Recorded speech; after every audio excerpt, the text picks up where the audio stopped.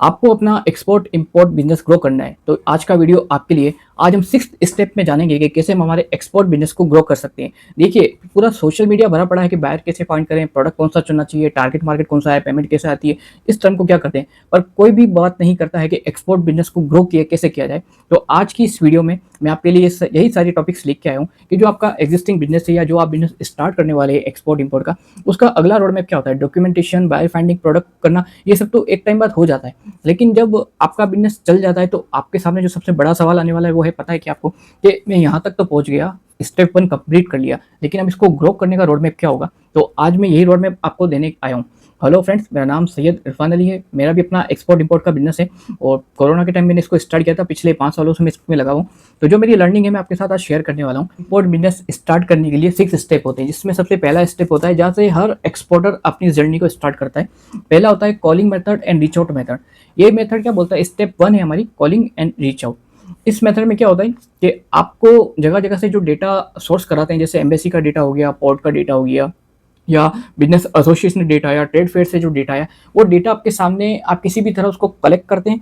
Then फिर आप उसको अंदर उसको रिफाइन करते हैं अपनी प्रोडक्ट के हिसाब से या अपनी मार्केट के हिसाब से। देन उन आप पर्सनस को कॉल करते हैं, उनको मेल करते हैं, उनको व्हाट्सएप करते हैं, या किसी भी तरीके से आप उनके साथ जुड़ना चाहते हैं। तो ये होता है स्टेप 1, यहाँ कॉलिंग और रीच आउट मेथड, और हर बिगिनर एक्सपोर्टर यहीं से अपनी जर्नी स्टार्ट करता है। सेकंड मेथड होता है B2B पोर्टल पे रजिस्टर्ड होना। आपको अपना बिजनेस ग्रो करना है तो सिर्फ एक या दो प्लेटफॉर्म काम नहीं आएंगे, आपको मल्टीपल प्लेटफॉर्म पर अपने बिजनेस को रजिस्टर्ड करना होगा। जैसे जेम्स का पोर्टल है, MSME का पोर्टल है। अगर आप प्राइवेटली जाएं तो अलीबाबा का पोर्टल एक्सपोर्ट की लाइन में सबसे बेस्ट होता है, ठीक है। इसके बाद आपको ग्लोबल सोर्सेज से जो टारगेट कंट्री आपकी है वहाँ का जो B2B पोर्टल है वहाँ आप रजिस्टर्ड होइए, ताकि आपको जो अपने फर्स्ट स्टेप कर रहे थे कॉलिंग के रीच आउट का और लीड जनरेट कर रहे थे, देन उसको नर्चर कर रहे थे, तो यहाँ पे एक पक्की पकाई लीड आपकी डेस्कटॉप की स्क्रीन पे रोज सामने होगी। लेकिन ये एक पेड मेथड है, इसमें काफ़ी इन्वेस्टमेंट लगती है। तीसरी जो चीज़ आती है वो होती है ट्रेड फेयर और BSM, ठीक है ना। आपको ध्यान, तो जगह जगह ट्रेड फेयर, एग्जीबिशन और इस टाइप के शॉप प्रोग्राम्स लगते रहते हैं।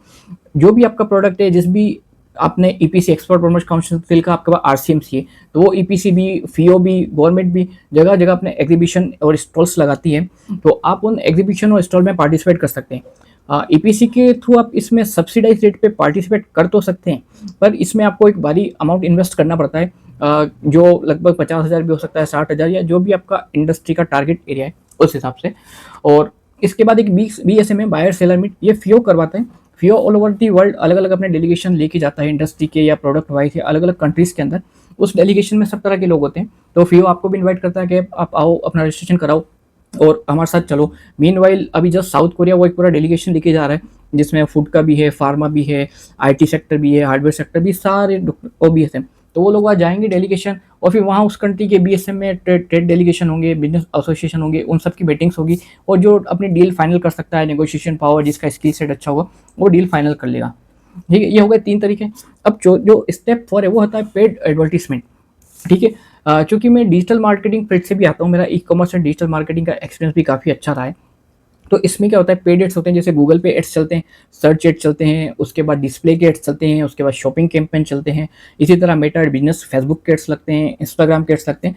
तो आप इन एड्स का सहारा ले सकते हैं अपने बिजनेस को प्रमोट करने के लिए, अपनी एक्सपोर्ट बिजनेस लाइफ को प्रमोट करने के लिए, ठीक है। लेकिन मैं आपको बता दूं, आप इंडिया में रहते हैं तो यहाँ का CPM, जो कॉस्ट पर इंप्रेशन है, और जो यहाँ का CPC, कॉस्ट पर कीवर्ड है, वो काफ़ी कम है। लेकिन अगर यही आप US में जाके चलाएंगे, UK में जाके चलाएंगे, या Tier 1 कंट्रीज में चलाएंगे, तो बहुत आपको एक हाई CPC देना पड़ेगा, यानी कि आपको बहुत बड़ा इन्वेस्टमेंट, बहुत बड़ा रुपीज़ का इन्वेस्टमेंट आपको करना पड़ेगा।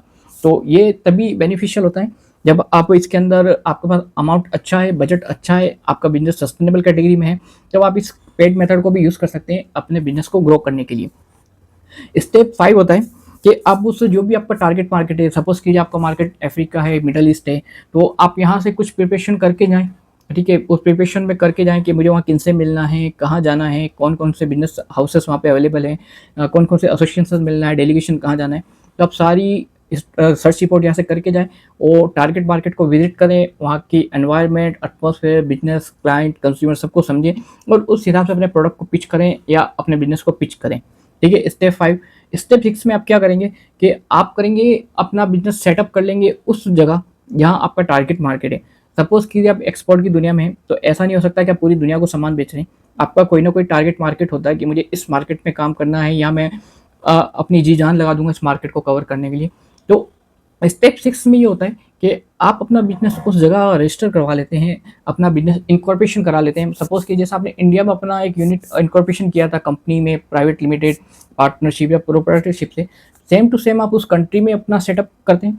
फिर क्या करेंगे आप, जब अपना सेटअप वहाँ हो जाएगा ना, तो लोग आप पे ट्रस्ट ज़्यादा करेंगे, आप पे भरोसा ज़्यादा होगा। आप फिर उस मार्केट में अपने ऑपरेशन, सेल्स, मार्केटिंग एक्टिविटी उस फर्म के थ्रू कर सकते हैं, और आप अपने आप को एक सोर्सिंग एजेंट इंडिया के बता सकते हैं, अपनी सब्सिडरी फर्म में बता सकते हैं। तो लोगों को आप पे ट्रस्ट आएगा इंपोर्टर्स के ऊपर। देन आपका बिजनेस और एक्सपेंड हो सकता है, ग्रो हो सकता है। ये सब आपकी स्किल सेट पे डिपेंड करता है।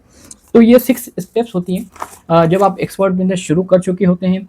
और एक्सपोर्ट बिजनेस शुरू करने के बाद अब आपको जब स्केल की बारी में आती है, तो ये वो 6 स्टेप है जो आपको कोई भी कोच, मेंटोर, इंस्टाग्राम, यूट्यूब पे कोई भी नहीं बताने वाला। ठीक है, क्यों? क्योंकि ये सब उनके पेड कोर्सेस में अवेलेबल होते हैं, पेड सेमिनार्स में बताते हैं। पर ये बात कॉमन है, जब बंदा, आप कब तक उसको डॉक्यूमेंटेशन के नाम पे कवर करके रखो, कभी तो वो स्केल की स्टेज में जाएगा ना। तो ये सारी वही स्टेप है। अच्छा, मेरा सजेशन आपके लिए है कि अगर आप एक एज अ बिगिनर हैं, तो आप ग्रेजुअली स्टेप्स फॉलो करें। स्टेप 1, स्टेप 2, स्टेप 3, स्टेप 4, इस तरह से करके अपने एक्सपेंड करें। अगर आपके पास अच्छी इन्वेस्टमेंट है, टाइम है, तो आप इनमें से किसी भी स्टेप के साथ अपना एक्सपोर्ट बिजनेस को ग्रो कर सकते हैं, स्केल कर सकते हैं। ठीक है। अच्छा, ये वीडियो लंबा हो रहा है, इसलिए मैं ना इन सब की डिटेल में नहीं जा रहा हूँ। मैंने आपको 6 स्टेप्स बता दिए। मैं अब आने वाले 5 से 6 वीडियो में एक एक स्टेप को कवर करूँगा, उसमें क्या प्रोस और कॉन्स हमने फेस किए, हमारी टीम ने फेस किए, वो सब मैं आपको बताने वाला हूँ। हमारी जर्नी इसमें कहाँ पर अभी इस वक्त अवेलेबल है, वो मैं आपको अगली वीडियो में बताऊंगा। ठीक है। अच्छा, इस वीडियो के लिए, ये वीडियो आपको कैसा लगा मुझे लाइक करके बताएं।